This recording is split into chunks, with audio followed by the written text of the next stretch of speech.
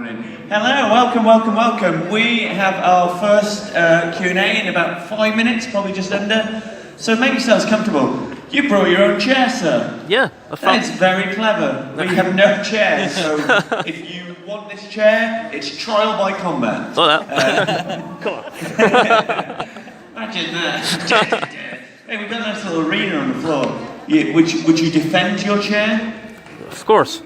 He's willing to defend his chair. As I say this, a Jedi walks right up to the stage. Great stuff. Yeah, come on in. Don't be shy. Everyone tends to hang back. Feel free to come forward. Get on the floor if you want. It's up to you. It's really your lives. But also, don't feel pressured to do anything. There's an adorable laugh there.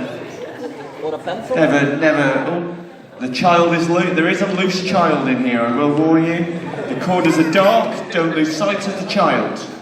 Yeah, we've got about 2 minutes, so get yourselves comfortable. We'll see you in a second. Now, come on, guys. There's a bevy of beauties over there just waiting to be swept off their doctor's shoulder. So what do you say, punsters? Let's dance.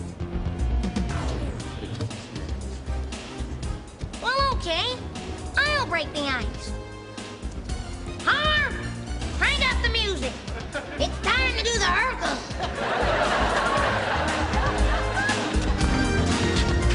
Now, if you want to do the Steve Urkel dance, all you have to do is hitch up your pants, bend your knees, and stick out your pelvis. I'm telling you, baby, it's better than that.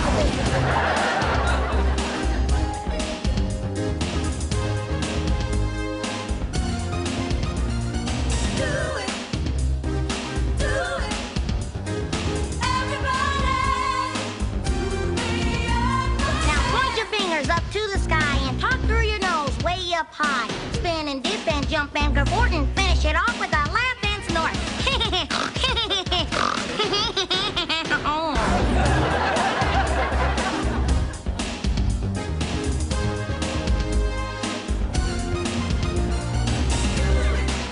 First Q&A of the day.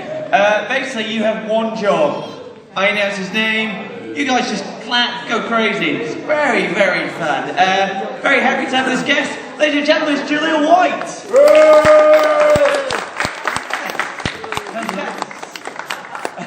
Wonder why this guy's here. Oh my gosh, I love it.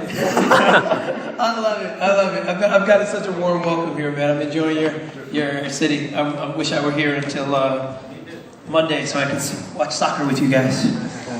They are. We went out last night to watch the football, and oh boy, you guys like to drink. Ooh, I feel very fresh this morning. Welcome to the couch, as we're calling it. What's up? How's Ghent treating you so far? It's treating me wonderful, man. I had mussels as soon as I landed. A whole pot, crushed it with my manager. I don't know about the French fries and the mayo. I don't know if that's going to fly back home in Los Angeles. I'll just say you got to watch your words very carefully when you mess with their friends. They will kill you. But yeah, have you been to Belgium before? No, I've never been to Belgium. It's my first time, so I'm feeling really welcome. Oh, nice. Yeah, it's been lovely. Thank you all for coming in this dark room on one of the hottest, nicest days of the year. We welcome you. I don't know where to start with you. I mean, we all know especially this man, what we're going to talk about. But before we get to it, I will say this: we've got Jaleel for half an hour. We will let you guys have questions at some point. But before then, yeah, nice little chat with you. Where to begin? What's your favourite? No, I'm kidding. Your career. You obviously started very young. Yeah, 3. 3. How do you get into acting at 3? Your preschool teacher thinks you're funny, and this is back in, I'll date myself, this is 1979. People didn't try to become famous necessarily. She just was a random Asian woman who said he's really funny in my class every day, and I think he should be doing commercials. My mom worked for the post office, and she's like, well, I don't know anything about that. And so they took me to an acting school. I don't know what you're going to teach a 3-year-old in an acting school, but the acting school was more of a gimmick to try to get kids to buy things out of the vending machine. And I stayed there long enough, though, for an agent to come by and discover me. And she thought I was funny.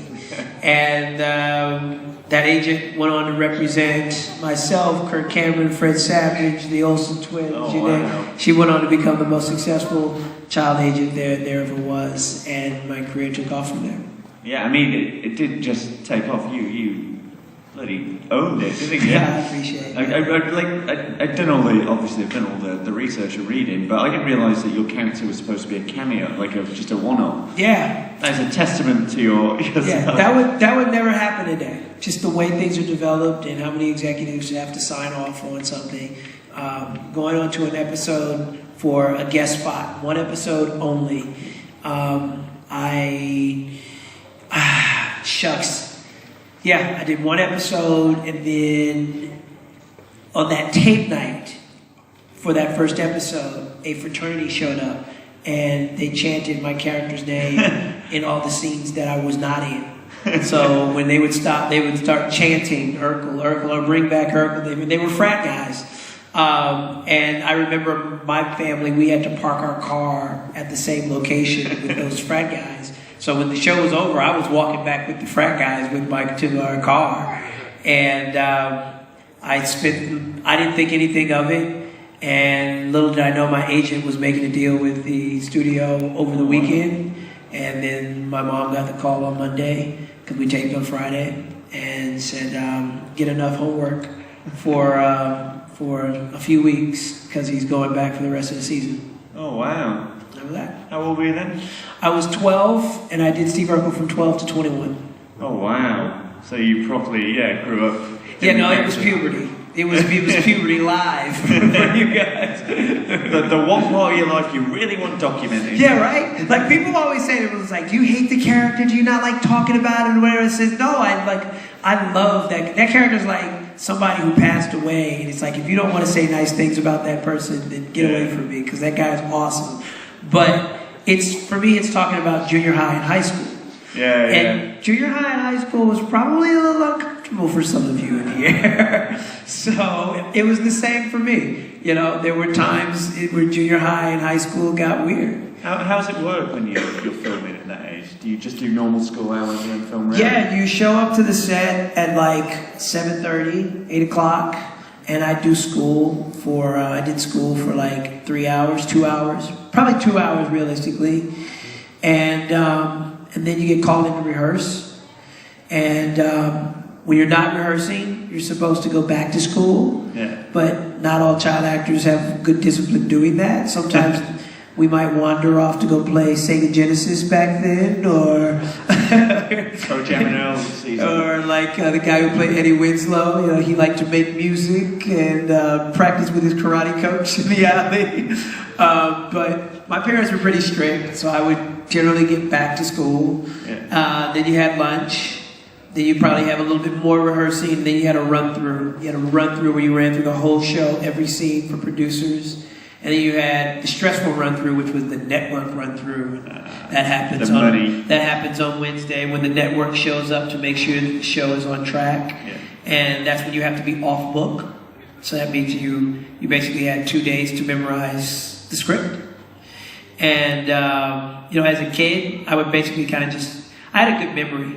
So I didn't really I would get the script on Friday after we're done with the show, and they hand you the new script, and you take it home with you for the weekend. But I would never study it. I would just come in on Monday, do table reading, and by Wednesday, because I got a young, spongy brain, I knew my lines by the time Wednesday came along. But it's a big difference, because if you're reading your lines instead of acting your lines because you know them, then the network will give harsher notes, and the producers and writers are frustrated because they're like, that joke works, he just didn't know his lines. That joke works.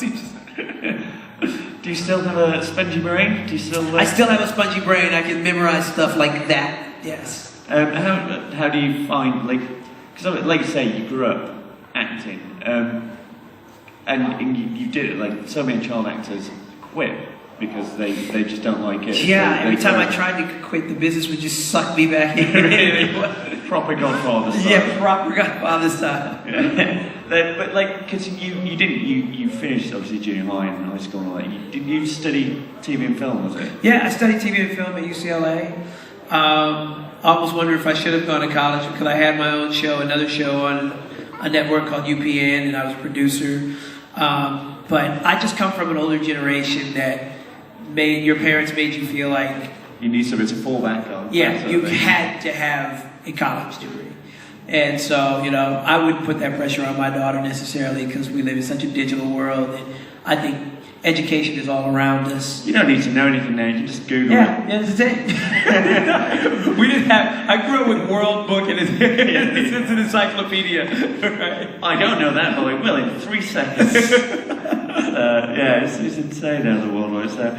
But yeah, did you have the normal sort of college experience, or did you do it around acting as well? You know, the thing that I do feel lucky about with college is that I feel lucky that I went to college before social media exploded. Yeah. So, you know, it was weird enough walking around campus, and in people's minds I was dressed like that, but I was, but in reality I was not.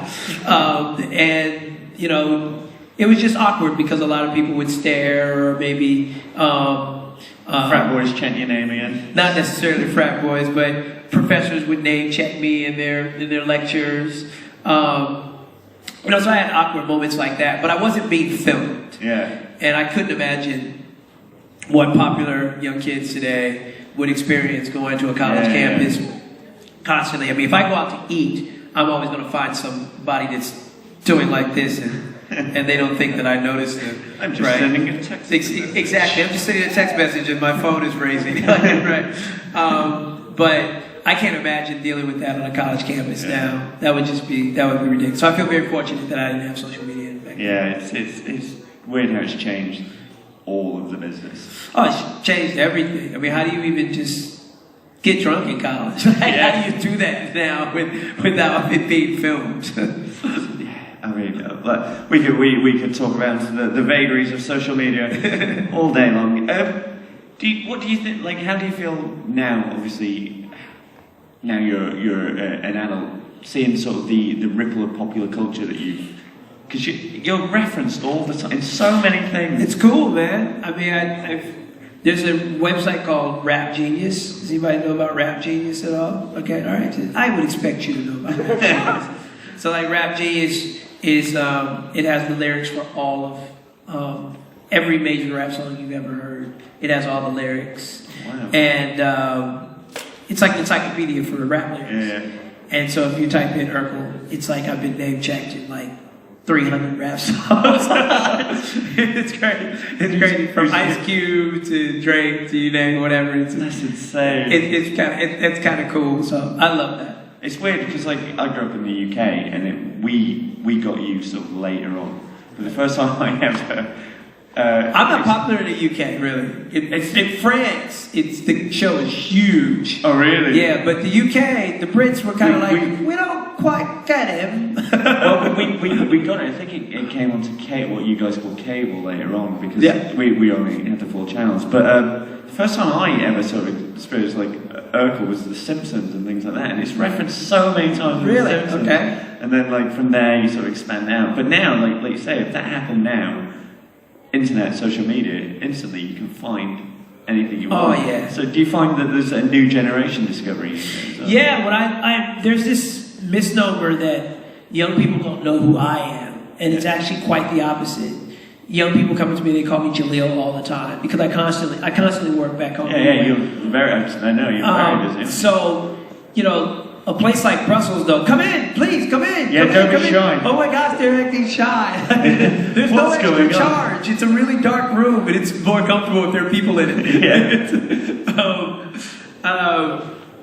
But you can take me back. I was welcoming. We were talking about Jaleel. Yes. So they know my name because their generation, like you said, can Google. Yeah. So, you know, anytime a young person is interested in anything, their call to actions are to search, and if they like what they find, to follow, or subscribe. We didn't have those calls to action when I was younger. So the other thing is our show streams on a very popular platform in the States called Hulu. Anybody know what Hulu is? So problem is you don't have Hulu. That sucks. They're not I don't international. legally have it. Right? Like that really sucks. And Hulu is just like this one click away, and you can watch as many episodes as you want. You don't have to wait for it to air on any television set or anything. And like, kids are just discovering it in droves now. Like it just started in all binge over that, again. just binge. Yeah. Well, like you're saying, like the difference between this generation, like when you air, is there's now more of a separation between character and actor because they can physically look at that. Like as soon as you like something, like now, we did it earlier, IMDb straight away. Yeah. And you fact check, you go down a wormhole. There's a lovely thing on Amazon now where when you pause it, it's synced up to IMDb and you get all the stuff of who's in that scene and stuff. And so like kids now, instead of going like, oh, for example, with you, they would go, oh, there's Urkel. They go, who's this guy? And then they're instantly into all your other work. It's crazy, isn't it? Then they start doing research, and I love that. I really love that about this generation, though. Yeah. I really do. That they can investigate like that. We got someone very chatty in the audience. Well, I invited them in. So I guess I did that. If we've learned one thing from every movie, never invite them in. I'm kidding. We are going to open up the floor because my leg is buzzing, which is my professional way of going, don't talk too long, Matthew. Guys, if you do have a question for Jamil, just raise your hand. Be loud. Of course you'll be on. Of course you're going to be first. I wonder what this will be about. Yes, sir. I know you have some other stories when you have the changing machine. You have Bruce Lee, Stephen Urkel. Yeah. Did you have some inputs of those characters saying, I would like to play Bruce Lee instead of Jackie Chan, or what's up with those fighters? You know what? I can't take credit for things that wiser people did. I mean, I was legitimately 14, 15 years old. The first time I played Myrtle Urkel, I cried. Because I was an athlete and I really loved playing basketball, and there's nothing about me that's nerdy. I'm a mimic. So I'm like, I can mimic a lot of different people if I want to, like if I really put my mind to it. So, but I nailed that character, Myrtle Urkel, to start with her so much, I cried. And my dad went to the producers, he was like, he's not playing that character anymore. And they're like, what? Like the audience loved it or whatever. I thought all the boys at school were going to make fun of me. And they didn't. Everybody just thought it was really funny.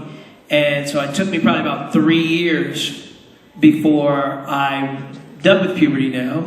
And now I'm in college, and I was just kind of bored with what we were doing. And I went back to the producers and I told them, I said, if you guys want to do Myrtle again, I'll do it. And I remember the writer's room just roared, erupted like they were in a football game. And in between that, obviously, we did Stefan and Bruce Lee and all these different things. David Duclon was our executive producer. I was very lucky, and I had the same writer-producing team, for the most part, for 8-9 years. That rarely happens. Most of the time, writers and producers come and go. And so you guys, as fans, are scratching your head going, well, what's happening to the show? And it's because you're seeing different visions played out. But Dave came to me, and he was like, I want you to play this character, Stefan. And very immature of me, I was like, he's boring. And it was like, people need to see this side of you, Jaleel. I'm like, all he does is compliment Carl constantly and tell him that he's lost weight, and he hasn't. And that's really what the character did. He's just, in every scene, he's just complimenting the hell out of people, and he's wearing a smooth suit. And then it just kind of flips. Like, Laura's the one that's swooning all over him instead of Steve. But he's pretty much a one-note joke. But because he's just so starkly different from Steve, I hit that door, and to this day, I have never heard a scream for any performance I've ever done. Like, it's called breaking character, when you stop your dialogue or smirk or something like that, and you're getting really good material. So I would never break character.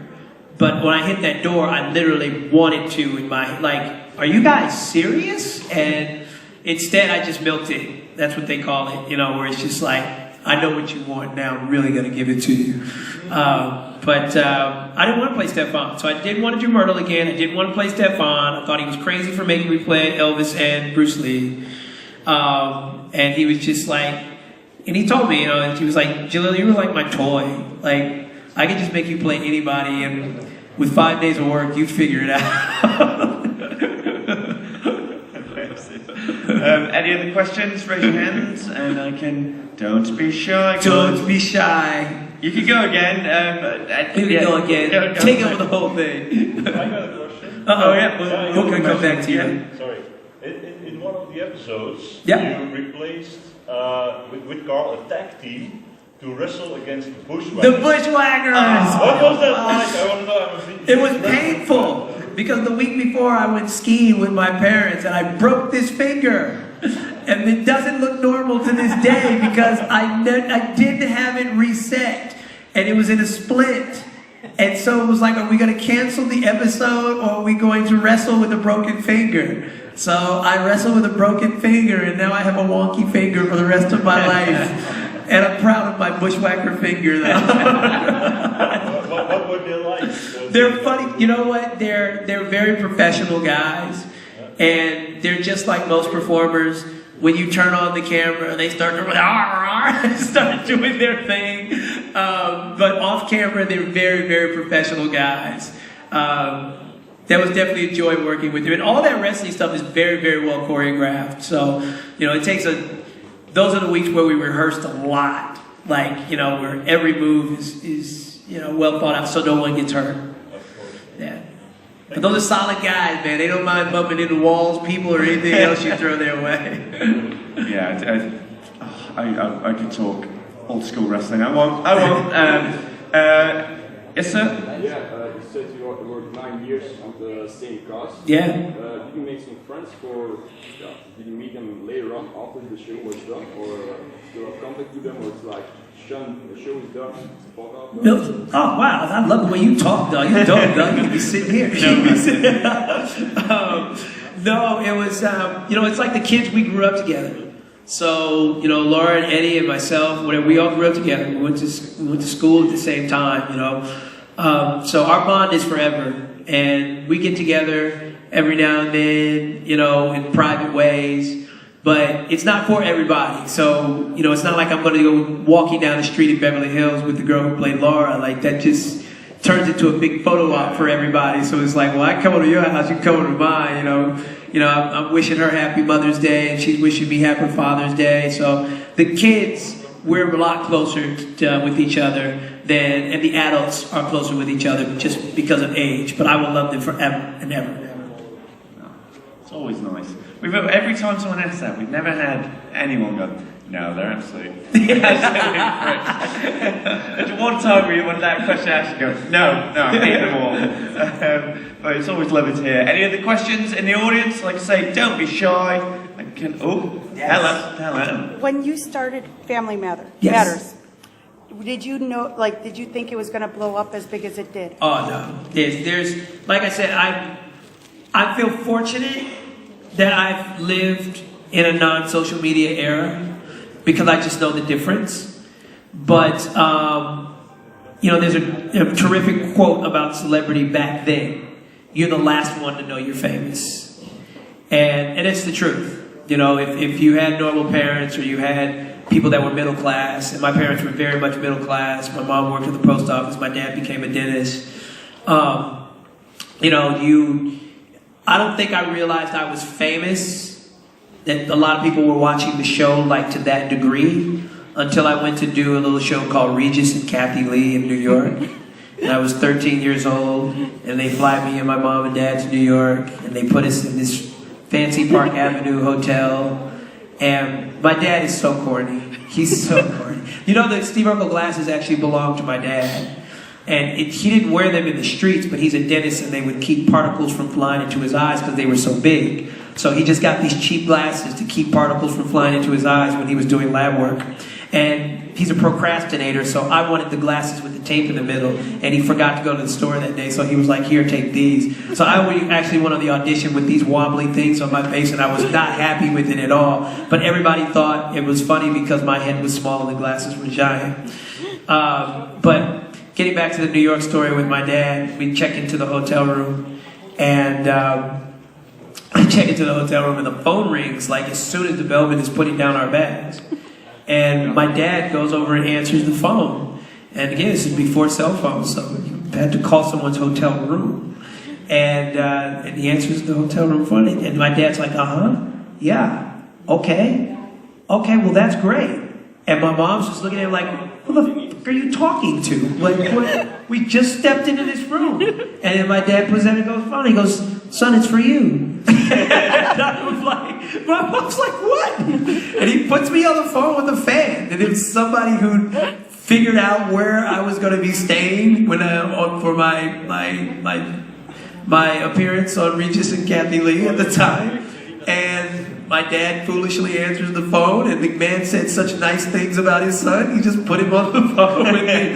So I spoke to this fan for like 5 minutes, and he's asking me questions just like you guys, and then I hang up the phone, and my mom's like, what the fuck are you doing? Put your 13-year-old son on the phone with a complete stranger from New York. And so then that would begin me checking into hotels under different names, and then I'd be like Joe Bag of Donuts and stuff. So that's when I discovered I was famous, and I'm like, whoa, people are looking for you. And then the fan mail starts to get big. You know, you guys, you young kids, you all email. People used to have to write a letter, put a stamp on it, walk into the mailbox, and wait for 6 months like it would come back in a bottle from sea. You know, that Al Bundy wrote you back, and he sent it in a bottle, right? That's the way, you know, fan letters used to go back then. And then I think the third time when I really was like, okay, something's happening, was when my doll was released, and I had to go to Toy Fair. We've all had our dolls released at the moment, haven't we? I had to go to Toy Fair, and Hasbro brought me in, and they got our hotel room. They took me and my mom and my dad to our hotel room, and it was we get off at the top floor of the Plaza Hotel. That's the hotel in Home Alone 2. And my mom just turns to the lady, and she's like, you know, really, we're really tired. We've been traveling. If you could just give us the key to our room, I'd really appreciate it. And I remember the woman just saying, this is your room. It was the entire top floor of the Plaza Hotel. And my dad was like, I gotta go rent a video camera. My dad went and rented a video camera that was like this big. And my mom's trying to operate it while my dad and I have a foot race in the hallway because it was longer than this room. That weekend I was kind of a brat. I don't even really like looking at the footage that my dad shot, because I kind of became like this character from a terrible children's novel. And yeah, because they gave me a 7,000 square foot room at the top of New York at the age of 14. And it was, you know, every favorite team I ever had in New York had sent me gear. The Yankees, the Knicks, business cards. If you want to go to games, call us. It was a surreal weekend. I love sharing the stories because people don't realize, you know, the show that I wanted to make for television was I wanted to tell the story that was more of a Wonder Years kind of perspective of what it was to be me and play Steve Urkel at the same time. Oh, nice. And I just feel like this generation would really respect that story a lot more than just the very cliche Twitter pitch. Yeah. You're now a grown man and you have kids that look just like you. I'm like, guys, that has been pitched to me by everybody who has a Twitter account. So these are the stories that people don't know about with me that I think are interesting. And I can kind of see it on people's faces like, what? You live that? Huh? Really? Definitely. Yeah.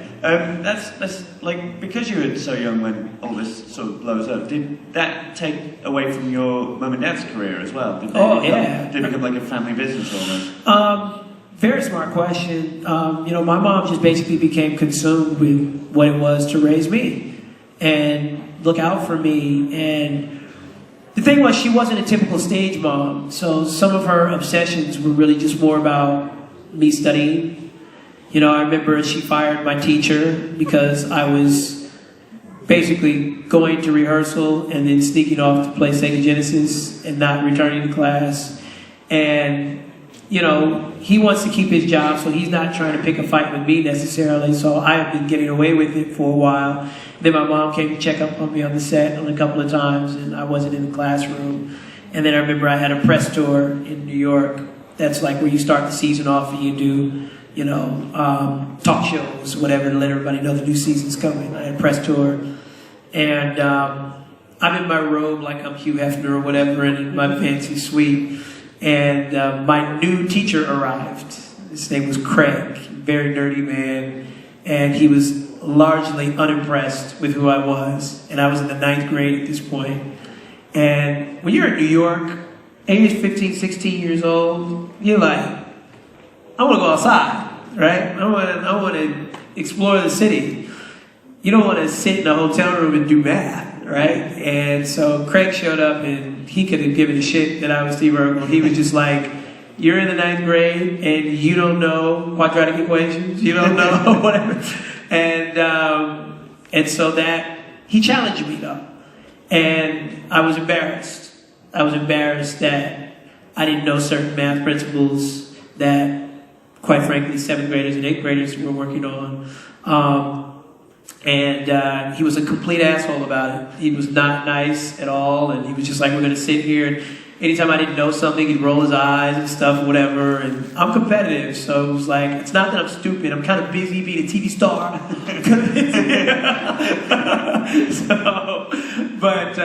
You know, even though I say that, you know, so he was kind of an asshole or whatever, it's like, sometimes we need an asshole in our lives. Yeah. So tell us about ourselves and get us back on track and get us doing the things that we should be doing. And he fixed my education. He really did. So That's great. That's great. Made sure I got accepted to college. Did you stay in touch with him though? I haven't spoken to Craig for a long time. He became so popular within the business for a while because people knew I was getting such a good education. Like, word was just trickling out. And good teachers in show business are hard to come by. Yeah. So it wasn't, I mean, I didn't even end up at UCLA. That's where I went with UCLA.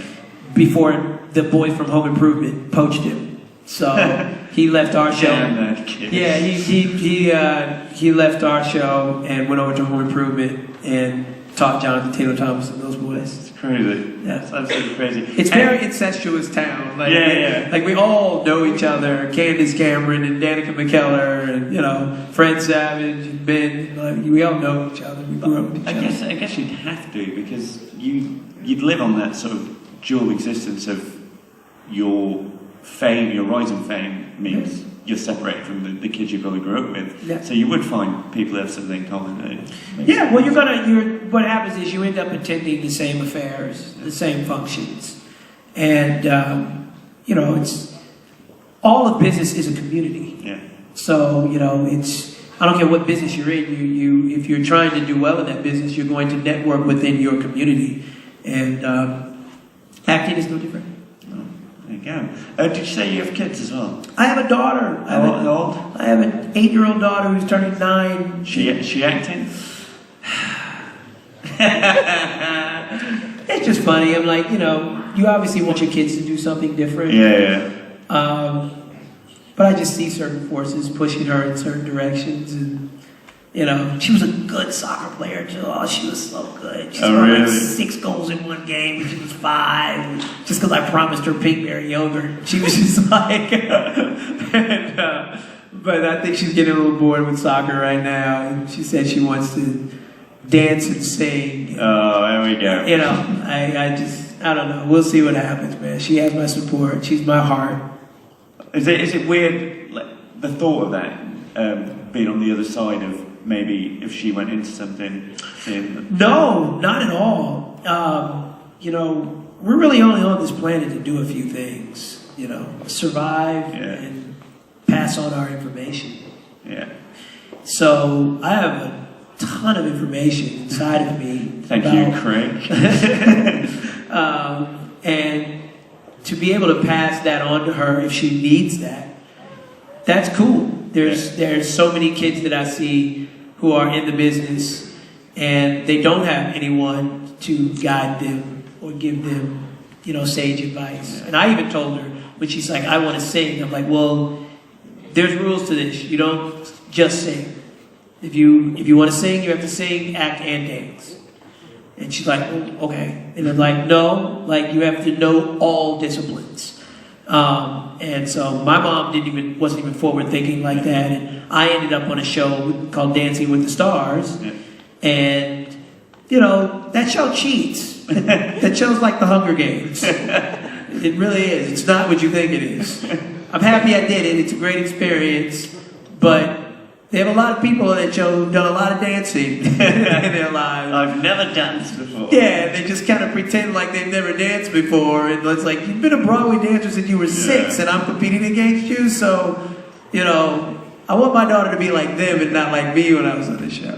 So there you go. We've probably got time for a few more questions if anyone has any. He's going to keep going. Yeah. We got all right, perfect. 1, 2. So we go, yeah.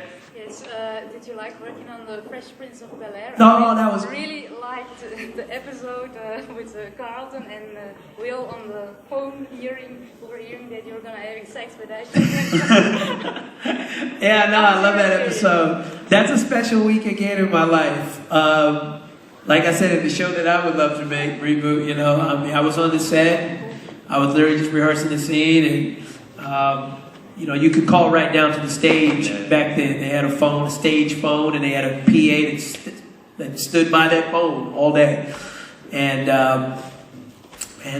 Juan called me over, and he was like, Jay, I got somebody on the phone for you. And it was like, oh, it's Will Smith. And just die. And I'm like, what's up, man? You know, and I would see him at NBA stuff or whatever, and he was just like, we got an episode of Fresh Prince, and I just feel like you're the only person that I would like to see handle this subject matter with Ashley, because it's a delicate subject matter. And you know, the thing is, though, we weren't able to really close the deal until today. So, you know, would you mind coming over after work just to get a little, you know, a little rehearsal time in? So it was like, hell yeah, cool. And Will's always been such a powerful person. Yeah.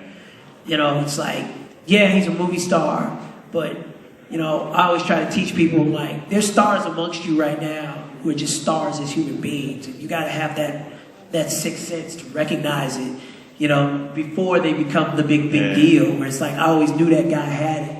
So even when he was the Fresh Prince, he was Will Smith, the businessman, and, you know, he handled that himself. Yeah. He called me over, and it was like, cool. We were done rehearsing at about 3 o'clock, and I was on their set at 6. And again, even when I did the episode, it was like, people weren't used to seeing me that way. And so, even when I came into the scene, I didn't get like a cheer or anything like that, because they didn't know it was me. And we have this different generation now that knows it's you before you come walking in because of the internet. So when I just came walking in the room, they was like, this is some dude that's here to date Ashley. I really get it. I wouldn't be surprised if Ashley or Hillary would choose Steve Urkel. That would be nuts. Yeah. Awesome question, though. Back to you. Well, mine is it possible that you can somebody will ask you to do this Urkel character only again for maybe a Netflix show, or maybe ICC Ghent said I'm going to make a movie. Is there a possibility you're saying, okay, it's done and it's being passed? You know what? I don't do impressions in the streets only because, again, we got all these phones. So if you do impressions, you have things that go viral, and it's like Michael Jordan cried one time, and now an entire generation of kids thinks this basketball player cried a lot. Right? That's crazy. So I don't want to be doing street Urkel and like... There's a show. Street Urkel. Yeah, right? Just like... You know, I see some website of how many times Jaleel White has impersonated Urkel on the streets, like, you know, with panhandling. Yeah. And so that's the only reason why I don't do it now. I don't think the character should be rebooted personally, only because there was an innocence about my puberty that made that character so amazing. I would, however, if I got the right opportunity, I would do it for SNL. Because I just feel like it's very appropriate to do it on SNL. But that takes fans to ask for that. That takes Lorne Michaels, who's a very powerful and amazing guy, to want that. And I would certainly do it justice. If they wanted me to do 60 Urkel skits in a row, I'd do them full blown, wouldn't hold back. But as far as just the show is concerned, I just feel like so much of life has changed that, you know, without a big crazy budget, You know, I was inventing some pretty ludicrous shit back in 1993. So if we're gonna call it 2018 and I had a transformation machine in 1993, we need to address that on a very high level, or let's keep it to cartoons and SNL, okay? And, you know, everybody, these executives, they have very firm opinions. And some people are just kind of like, well, we want to save money, so just, I don't care about that, just shut up and do it. And I'm like, well, I have a daughter, first of all, and I've shown her pictures. And I showed her, and that was the last straw for me, was my daughter loves Fuller House. And she watches, her favorite actress is Raven Simone. And from Raven's Home, I think that's funny because I know Raven too. So I'm texting her and I'm like, bitch, my daughter loves you.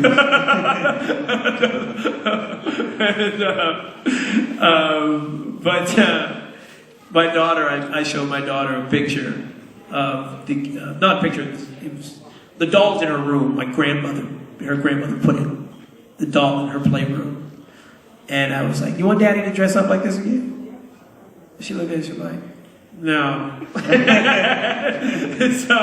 that ended that. I was like, well, if my daughter's not going to think this is cool, and she's got to go to school and deal with her peers, then I'm like, we need to keep this to SNL. So if anybody wants to start that petition, you will get a full-blown Steve Urkel if it ever gets to SNL. This man's new life mission. And we're flying you out, front row. We're flying you out. Ladies and gentlemen, that is all we have time for. So you just have one job to do. Ladies and gentlemen, Jaleel White. We've got stuff on all day. I will return to the stage when I know what's happening next. Can't wait to take pictures and sign your autographs. Yeah, he's here all day. Make the most of it. I really, really enjoyed Belgium. This is a chance for me also to go to certain countries and territories I've never been to. So, kind of cool. Take care, you guys.